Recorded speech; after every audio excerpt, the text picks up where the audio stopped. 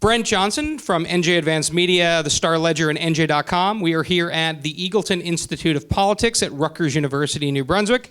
We're here for a New Jersey Governor's Candidate Forum with the third-party and independent candidates running for governor. On November 7th, there is a race to succeed Governor Chris Christie, who is leaving office. And everyone knows there's a Republican and a Democratic candidate. But there are also 5 third-party and independent candidates in the race, and polls show that not everybody seems to be happy with the Republican or Democratic candidate, so we wanted to give the other candidates a voice. And I'm here with a Libertarian nominee, Peter Rohrman. So Peter, thank you for being here. Thank you for inviting me. So tell us a little bit about yourself and why you're running for governor. First off, let me tell everyone here, it is absolutely an incredible honor to be representing the Libertarian Party as their nominee for governor. There were plenty of candidates that stepped into the race. We had a bunch of candidates who dropped out as well. And I was the one that came in as the person who was kind of recruited into the position. You asked me why you're running for governor. I was recruited into this position because we had some great name candidates that were going to run for us, big, high-profile candidates. They backed out. And when you're asked by party elders to do something, they said, Pete, we need you to run. So I went into this convention, ran for it, picked it up, and the campaign's been picking up steam ever since. So a little bit more about myself. I've spent a lifetime, my entire life, adult lifetime has been spent in service to everyone. Between my service as a United States Marine Corps rifleman, I spent time as a volunteer firefighter. I spent 20 years as a volunteer athletic coach in New Jersey. And on top of that, too, I was also spent a lot of time working with the youth of Newark doing outreach educational programs. So my entire life is all about service. Running for governor is just the next step in my life to provide service for my fellow man. I believe I'm here for a purpose, that is to serve you, not myself. So that is why I'm running. So what do you think is the biggest issue facing New Jersey, and what is your solution to fix it? It's a good question to ask. It depends on who you ask, but for the majority of people out there, the biggest issue is taxation. Yes, running as a libertarian, my platform is typical libertarian style, everything's freedom oriented, but the focal point of my campaign is my tax plan. My tax plan, I'm the author of what's called fiscal democracy, all right? Fiscal democracy, how this works. Now, between all the different places where you pay taxes in New Jersey, between your sales tax, gas tax, your income tax, even your vehicle registration fees, all of that, that amounts to about 30% of your income. Under my plan called fiscal democracy, what we do is we introduce a constitutional amendment. We cap that at 10% with the added bonus of you get to decide what to do with that money through your weekly paycheck deductions. There's no more property tax, no more gas tax, no more sales tax. The only thing we have is an income tax at 10%. You get to decide what to fund and what to defund. If you like your local school district, you can put some money into that. If you like your local park system, put some money into that. If you want to take some money out of the state arts endowment program and defund that, you're welcome to do that.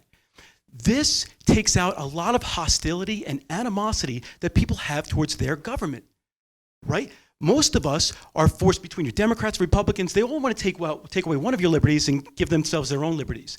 Under my plan, what we're doing is we're moving appropriations into your hands. You get to decide where the money goes.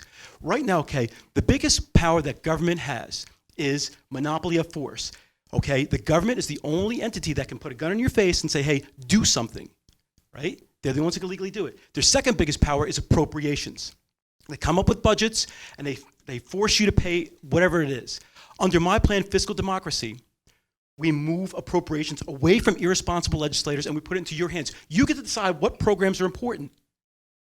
If you like your county park system, you can fund it. If there's anything you don't like, you can defund it. Here's another good example too. This creates competition for your tax dollars. Okay, we see competition enriches our lives everywhere, in the economics, in production, in athletics. There's no competition for your tax dollars. Under my plan, the municipal government, the state government, and the county government are all fighting for those dollars. They have to give you a better service or you can defund them. This puts power in your hands. This is what the framers of the Constitution intended us to have, whereas power was in the hands of the people. That's my tax plan. I think that's where everybody's really focused on was that. Other than that, we're worried about other things like victimless crime. We're worried about age of majority. We're talking about guns, drugs, anything you want to talk about. But the focal point of my campaign right now is on the tax plan, and it is to empower everybody to run a government the way you see fit. Are there other issues, anything else on your platform that's important to you? Yes. The war on drugs. This is a big problem. There's a growing international police union right now. It's called LEAP. I think it's called Law Enforcement Against Prohibition or something like that. This war on drugs is harming 100 times more people than it is helping. If you consider the fact, if you have an addiction to like heroin, marijuana, whatever it is this a medical problem or are you criminal? Right? Think about that. Do you belong in jail if you have an addiction problem? No, you don't. Okay? The number one demographic of people that are harmed by the war on drugs are the people that are incarcerated for it. And the number two demographic of people that are injured by it, believe it or not, police officers. And this is where a lot of divide comes in our environment right now, because police officers are forced to fight a war they can't possibly win. The war on drugs started in the 30s, and it's getting worse and worse and worse every year. Imagine if you're a police officer, you pull somebody over the side of the road, and that person has a small usable amount of like heroin, marijuana, whatever it is in their pocket. 10% of those people that are roadside will use violence to get away from the situation because they're either A, going to get locked up for 5 years, or B, the police are going to force them to roll over on a very violent upstream drug dealer. There's no option there. So some of them, 10%, will use violence against a police officer. Now, this is what's caused an escalation on both sides. Police officers, citizenry, and it's getting out of control. We're asking our police officers to be combatants, and that's wrong, okay? Matt and I, we were in the Marine Corps. We know what combatants are. Police officers are not supposed to be combatants. They're supposed to help us. They're supposed to come to us when something is wrong is going on.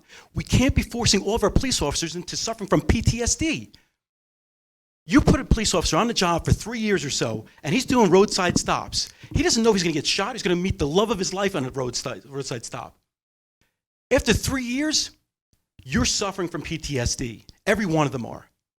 Police officers are the number two demographic.